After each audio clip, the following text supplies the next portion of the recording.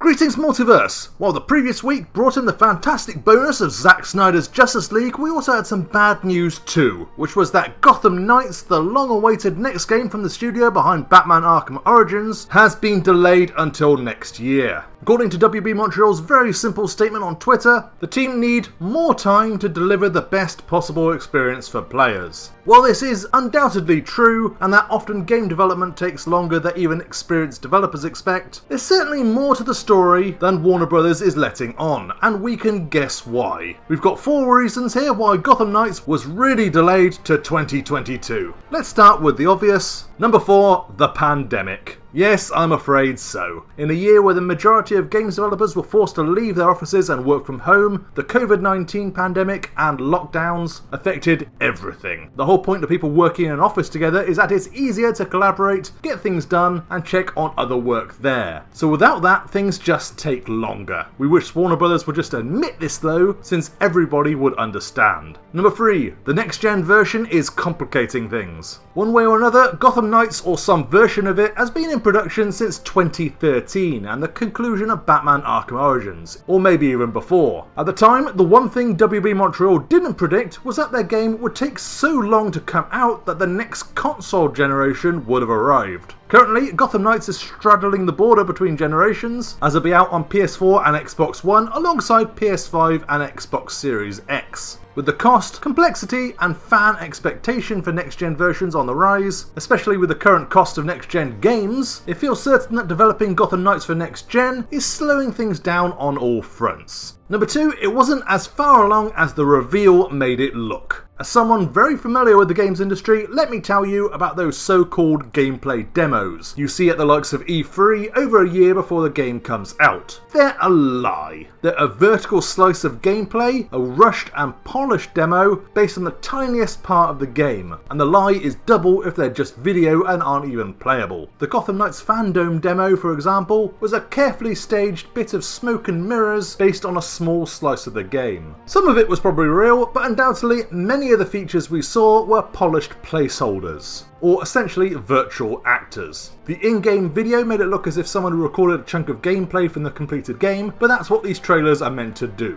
They're a lie. In short, Gotham Knights is nowhere near as far along as the impressive gameplay reveal made it look, and the game is probably not even at a playable alpha stage yet. Number 1, to add live service features. Alright, put this one down to rumour and suspicion, but it's one we're terrified may come to pass. Warner Brothers itself has admitted that all of its upcoming games will have a heavy focus on live service elements, something that any player of Marvel's Avengers or BioWare's Anthem will shudder at the thought of. But here we are. It's very likely Rocksteady's Suicide Squad Kill the Justice League will be a live service title, for example. Previously, the leads of Gotham Knights have denied that their game has any live service elements, and that it's merely a co-op game. While this may have been true for the previous version of the game, it's unfortunately possible, if Warner Brothers really does have a mandate saying that all their games have to be games as a service, that the delay to 2022 could be to bring Gotham Knights in line with that mandate. It does seem unlikely that WB Montreal would say Gotham Knights isn't live service, only for Warner Brothers to make them go back on their words and what they've already said, but that's the one hope we're clinging to. If Warner Brothers is intent on going fully live service, then something Patrick Redding said once isn't going to change their minds. They'll make excuses, say, sorry, this is what we do now, go ahead and release the version of Gotham Knights that they want. And then before you know it, the Redding cut of Gotham Knights is doing big numbers on HBO Max and everyone's tweeting to restore the Reddingverse. We're definitely hoping that live service elements do not get added to Gotham Knights, but this is Warner Brothers we're talking about. They don't always do what makes sense or what the fans want. But what do you guys think? Do you agree with our 4 possible reasons why Gotham Knights was delayed to 2022, or do you have some theories of your own? Let us know in the comments below and we'll be sure to check them out. Please like and share the video, they really help us out, and subscribe to DC Comics Gamer for everything on the worlds of DC if you haven't already. And check out some of our other videos. For example, did you know that Suicide Squad Kill the Justice League is a team-focused live service third-person shooter? Check out the link above to find out the terrible truth. For now though, thanks for watching folks, and for now, Multiverse out.